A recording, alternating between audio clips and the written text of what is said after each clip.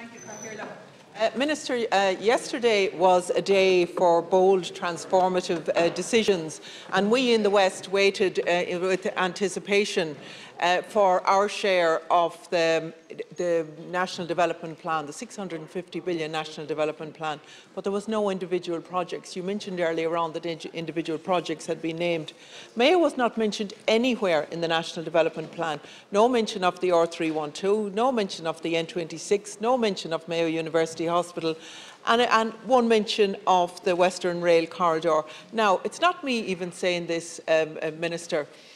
Fianna Fáil Oireachtas members and Fianna Fáil and Fine Gael councillors are really angry at what has happened, at the way that this government has turned its back on the West yesterday.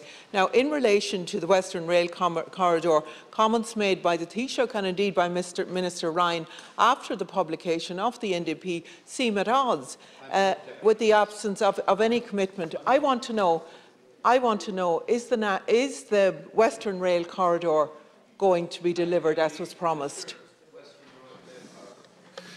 Deputy, first of all, the West of Ireland is absolutely not forgotten by this National Development Plan. Quite the opposite, actually.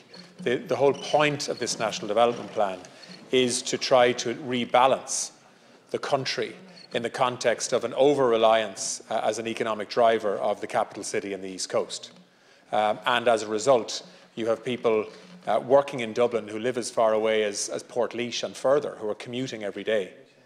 And so what this development plan is about is actually changing that, focusing on quality of life, focusing on where people work, how they move around, being able to work from home, investing in things like broadband, public transport systems, better rail systems, commuter rail, light rail systems and so on, ensuring that not only is the population growth outside of Dublin in cities outpacing the population growth in Dublin, but also in rural towns and villages.